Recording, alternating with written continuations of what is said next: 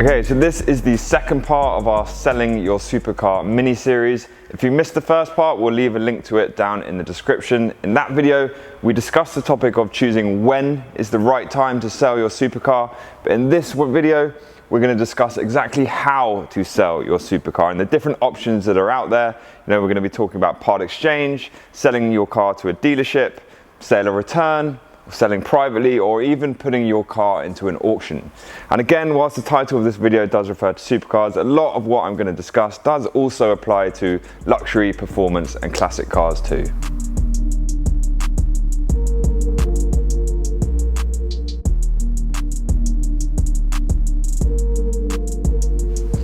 So, when it comes to selling your supercar, everyone has different priorities. I mean, some people, all they care about is price. For others, convenience, straightforward, hassle-free experience is equally important. For many, it's about building and maintaining relationships. They want to sell the car to someone they know and trust, ideally for it to go to a good home. And with big sums of money changing hands, just making sure you get the money safely and quickly should always be a top priority as well. But with all things considered, hopefully this video is going to decide just how you want to sell your supercar. And the first option we're going to look at is part exchange. So, part exchange, or PX as it's often called, it's historically been one of the most common ways to sell your car, although I think more and more people are starting to realize it's not necessarily the best option. What I would say about part exchange is that it can be a good way to strike a deal on the car that you're buying. Most dealerships would rather sell you a car knowing they've got another car coming in against it they can go again with, potentially make another profit. So you can use your car as a bit of a bargaining chip and you might just get a better deal. Don't be fooled though, if the car you're buying is overpriced or even if the dealership has some pressure to sell that car, very often dealers will actually inflate the part exchange price, make the deal seem more appealing and make you think your car is worth more than it really is. This is especially prevalent if you're buying a brand new car from a main dealer. You know, it shouldn't be much of a secret that the margins in brand new cars tend to be far greater than used cars, especially in the top end of the market. There's often all sorts of new car deals, you know, backed by the manufacturers, so they can really sort of manipulate the figures very easily. So personally, I'd always be a bit wary of part exchanging my car against a brand new car. You might just be better off negotiating a discount on the car you're buying and then just selling your car separately, where you'll get a truer sort of value of what the car is really worth and you could end up financially better off. Of course though, the major benefit of part exchange is the convenience of it all. You know, it's basically one clean transaction dealing with one person instead of two separate transactions dealing with different people, probably at different locations, and there's simply just a cost to change. You can also tend to roll your existing finance agreement into a new agreement a little bit easier, and a lot of the time you're upgrading, right? So essentially you can use your current car as a deposit, so there's no concerns of having to sort of wait for the money to land in your account like with other methods of selling. So altogether, doing a PX, it's less hassle, less worries, and less admin involved, you know, and just being able to rock up the dealership in your old car to pick up your new car, it's pretty appealing.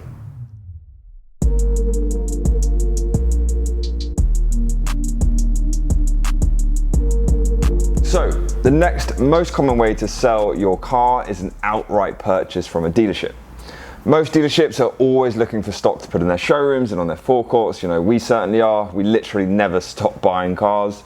But by selling outright to a dealership, you should firstly get a straightforward, hassle-free experience. You know, this is how we like to do business. This is how a lot of our clients like to do business. We buy a lot of cars from new clients, obviously, as well. And they're often surprised just how painless and straightforward it actually is. But look, we're fortunate enough to have plenty of money in the bank, so pretty much any car we're offered, we know we're in a position to go and buy that car, pay for it today, you know, and we can make those decisions very quickly.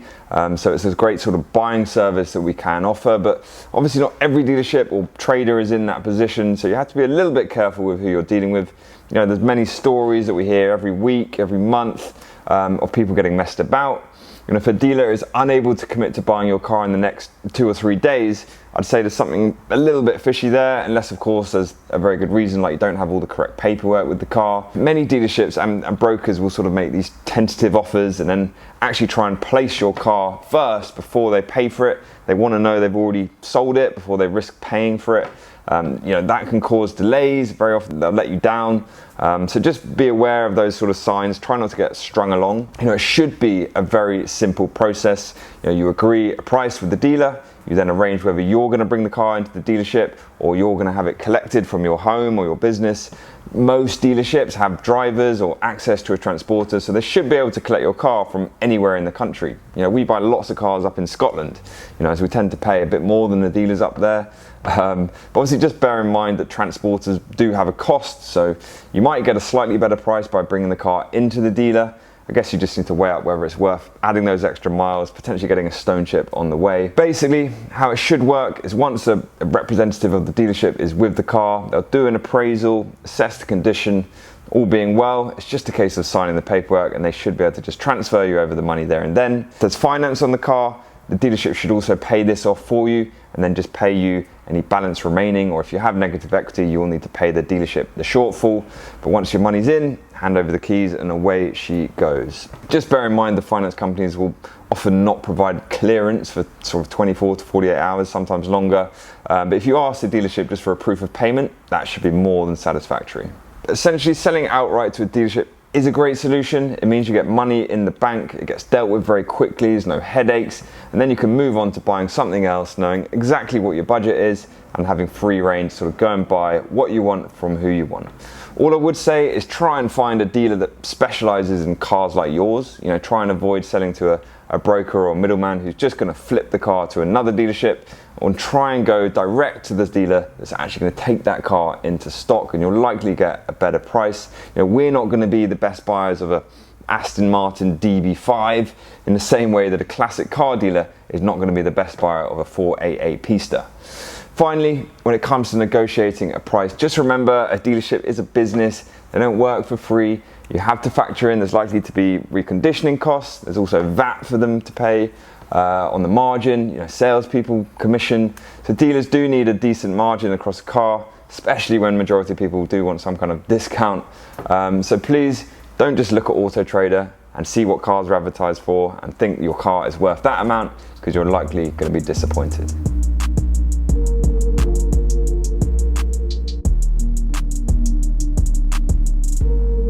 So there is another option when it comes to selling your supercar via a dealership, something that is widely known in the industry as sale or return, or SOR as it's often abbreviated to.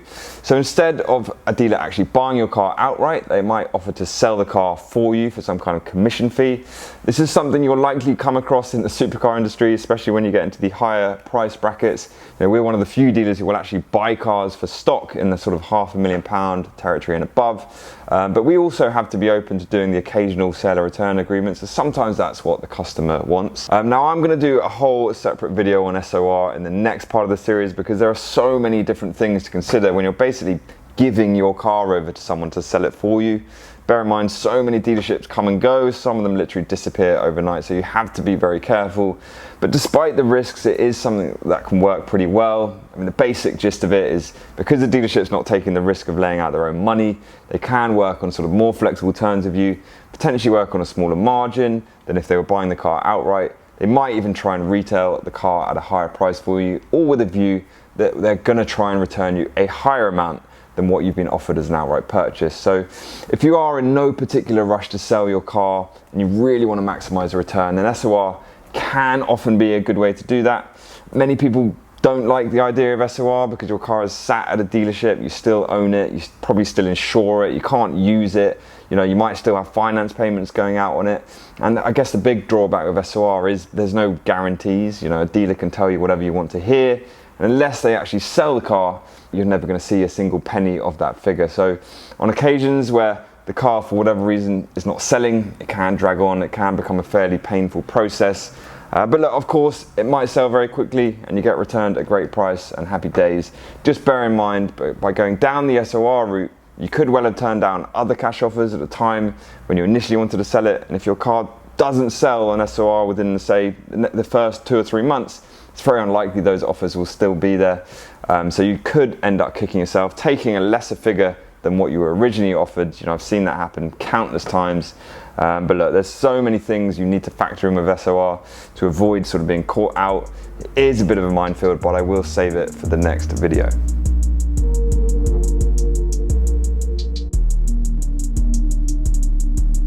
Your other option when choosing how to sell your supercar is by taking dealers completely out of the equation and selling your car privately. This might be selling to a family member or a friend or someone that you trust.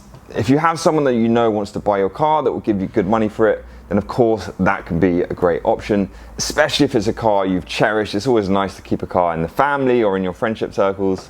The alternative though is to list your car privately on a classified website like Auto Trader, 𝕊𝕋ℝ𝕆𝕃𝕃. Now we do get so much feedback from people who have sold or tried to sell their car privately. Look, of course, the only reason why you would try and sell your car privately is because you think you can get more money for it yourself by cutting out the dealer, doing all the work yourself. And yes, it is possible to get a little bit more for your car by selling privately, but you just have to weigh up the risks of doing that. You know, many people do it once and never do it again. You know, we get offered lots of cars from people who've already got their car listed on Auto Trader saying, I've had so many calls, I can't be arsed with it. But the problem for us is, you know, the cars are much less appealing knowing that they're already on the market. You know, we'd always prefer to buy cars that haven't been on the market recently. But don't get me wrong, you can get lucky with the private sale. The first phone call might just be from a private man who wants the car, will come and buy it off you and transfer you the money there and then. More often than not, you're going to get countless phone calls, mainly from random dealers and brokers you've never heard of, people from all over the country, some of them making silly offers, telling you they've got someone for it, asking for you to take the car on SOR. Unfortunately, the motor trade, as much as there are some great people, great dealerships out there, there is equally a whole load of sort of liars and con men and blaggers. You just can't trust everyone you speak to. You just need to ask yourself, do you really want the ag of dealing with all of these people, calling you off unknown numbers? You've got the risk of people you don't know coming over to your home, finding out where you live, and you don't even know if they're a legitimate buyer of your car. You know, possibly wanted to drive your car. I mean, what are you going to do? Give them the keys, let them go out, or are you going to sit in the car with them whilst they drive your car? Let's face it, most people in their right mind, especially in the high-end sector, do not want to do this. A lot of people also want finance, which I can tell you it's a lot trickier getting finance for a private purchase than it is buying from a dealer, because finance companies like knowing if there are problems with the car that the dealer is going to sort them out. There are also many people that want to do a part exchange. Again, let's face it, most private people are not going to want to take in a part exchange. So look, unless you have someone you know and trust looking to buy your car, you know, or you desperately need that few extra grand, then I would really question whether selling privately is a good option.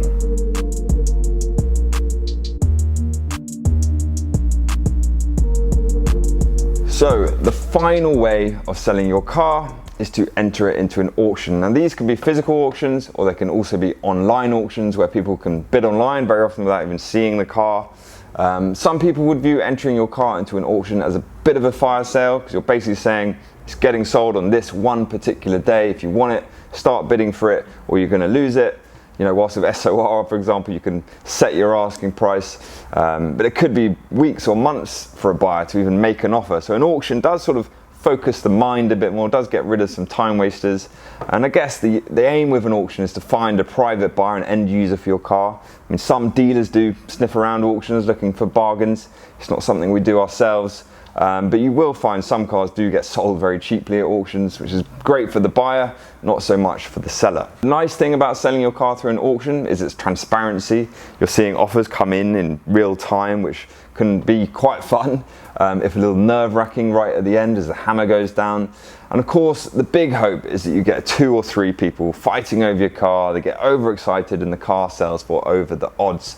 It can happen. Most of the time it doesn't. The downside of selling your car through an auction is that firstly, you're really limiting your audience, as you're totally reliant on what potential buyers of your car are doing on the particular day or even the particular minute that the hammer is going down. You know, unless the auction is very high profile, most people are probably not even going to know about it, so the sale will very easily pass people by. You know, there are now multiple different auction houses and online companies. It's very difficult to keep track of them all. Whereas if you have your car listed on a classifieds website, it's much more likely that potential buyers of your car are actually going to come across it. I do think though auction websites attract a real niche audience. It tends to be more classic car enthusiasts, as auctions are very much part and parcel of classic car culture. So if you have something older or something a bit quirky to sell, then an auction should definitely be a consideration. It can also work pretty well if you've got a whole collection of cars and you're selling the whole collection. You know, you can get some great PR out of doing that. But cars that are a bit more mass market, certainly the latest models, is an auction going to attract the right audience? Probably not. You also need to bear in mind, if the auction doesn't meet the reserve price, you do risk sort of publicly diminishing the appeal of your car. You know, that auction listing doesn't just disappear into thin air if a car doesn't sell. It will always be there online as the car that was auctioned and failed to sell. You know, it's not a great story. So one more important thing to bear in mind, more often than not, the auction house only acts as a broker. You know, they take a commission fee or a buyer's premium as they call it. But the auction house carry no liability for the car and take very little, if any, responsibility should something go wrong with the car. As soon as the auction is completed, very often the deal becomes between the winning bidder and the seller to finalize things and arrange collection. It's actually not that dissimilar to just selling and buying privately. And many people do not feel comfortable buying cars of high value that way. You know, there's no dealership handover experience, there's no real after-sales service. You know, there is a good reason why auction prices, more often than not, don't achieve the same sale prices as dealerships. If a car has been misdescribed or there's a fault with the car, most of the time you're only going to find this out later down the line, maybe after you've paid your buyer's premium. And I can tell you, trying to unwind the deal at that point is going to be not straightforward. You know, as the seller, you do still carry some liability for the car. You know, if something's not right, you know, there's no dealership involved to take the liability off your hands. So don't be overly surprised if you start getting some comebacks and some angry phone calls after you think you've successfully auctioned your car.